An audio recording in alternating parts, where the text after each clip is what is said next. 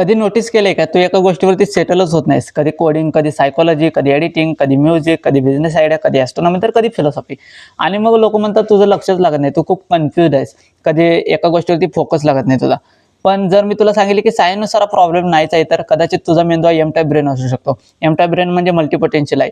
असे लोक ज्यांचा ब्रेन एका सब्जेक्टसाठी बनलेलाच नसतो, तर तो अनेक वेगवेगळ्या दुनियांना कनेक्ट करण्यासाठी बनलेला असतो. हे लोक फक्त इंटरेस्ट बदलत नाही, तर ते जग वेगळ्या पद्धतीने पाहतात. जिथे बाकी लोकांना वेगवेगळे सब्जेक्ट दिसतात, तिथे यांना कनेक्शन दिसतात. म्युझिकमध्ये मॅथमॅटिक्स, सायकॉलॉजीमध्ये मार्केटिंग, गेमिंगमध्ये स्ट्रॅटेजी, आर्ट्समध्ये न्यूरोसायन्स. त्यांचा ब्रेन सतत पॅटर्न्स कनेक्ट करत असतो. न्यूरोसायन्समध्ये याला डायव्हर्जंट थिंकिंग असे म्हणतात. म्हणजे एका प्रश्नासाठी एक उत्तर नाही, तर 100 शक्यता शोधण्याची क्षमता. आणि म्हणूनच अशा लोकांना रुटीन लाईफमध्ये लवकर बॉर्डम येतो. कारण त्यांचा ब्रेन डोपामिन नावाच्या केमिकलवरती एका वेगळ्या पद्धतीने रिॲक्ट करत असतो. सामान्य लोकांना रिपीट करून कम्फर्ट मिळतो, पण एम टाईप लोकांना नवीन गोष्टीमध्ये एक्साइटमेंट मिळते. नवीन आयडिया, नवीन स्किल, नवीन चॅलेंजेस. त्यांचा ब्रेन लिटरली नॉवेलिटी एडिक्टेड असतो. म्हणून ते अचानक रात्री 3 वाजता एखाद्या रँडम टॉपिकवरती रिसर्च करत बसतात आणि दुसऱ्या दिवशी पूर्ण नवीन ऑब्सेशन सुरू झालेलं असतं. पण प्रॉब्लेम इथूनच सुरू होतो, कारण सोसायटी स्पेशली लोकांसाठी डिझाईन झालेली आहे. स्कूल तुला सांगते की एक सब्जेक्ट निवड, कॉलेज सांगते की एक करिअर निवड, लोक सांगतात स्टेबल हो. पण एम टाईप लोकांचा ब्रेन हा लिनियर नसतो, तो एक्सप्लोरेटरी असतो.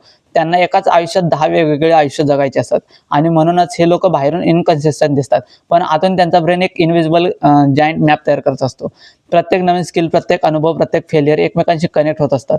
आणि मग एक दिवस अचानक त्या सर्व गोष्टी एकत्र येतात आणि लोक म्हणतात की यार, याने इतका युनिक विचार कसा काय केला.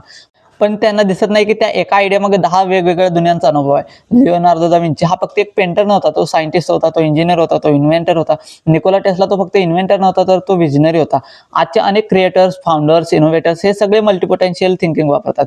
पण एम टाईप ब्रेनची एक डार्क साईड पण असते, अनालिसिस पॅरालिसिस. इतक्या पॉसिबिलिटीज, इतक्या आयडियाज, इतके इंटरेस्ट की कोणता पाथ निवडावा हेच कळत नाही. मग सुरू होतो सेल्फ डाऊट. मी कोणत्याच गोष्टीत परफेक्ट नाही, बाकी लोक माझ्यापेक्षा पुढे गेली, मी अनस्टेबल आहे का. आणि सगळ्यात डेंजरस गोष्ट म्हणजे ते स्वतःला ब्रोकन समजू लागतात. पण ट्रूथ काय माहिती आहे काय, एम टाईप लोकांचा सक्सेस हा लिनियर नसतोच, तो झिगझॅग असतो. बाकीचे लोक जिन्ना चढतात, हे लोक मेज एक्सप्लोर करतात. पण शेवटी जेव्हा जग बदलतं, जेव्हा नवीन प्रॉब्लेम्स येतात, जेव्हा इनोव्हेशनची गरज असते, तेव्हा स्पेशालिस्ट लोकांपेक्षा पॅटर्न कनेक्टर जास्त पॉवरफुल ठरतात. कारण AI माहिती देऊ शकतो, पण कम्प्लिटली वेगवेगळ्या फील्ड्समधले हिडन कनेक्शन शोधणं ही अजूनही मानवी सुपर पॉवरच आहे. आणि कदाचित ही सुपर पॉवर तुझ्याकडे असू शकते.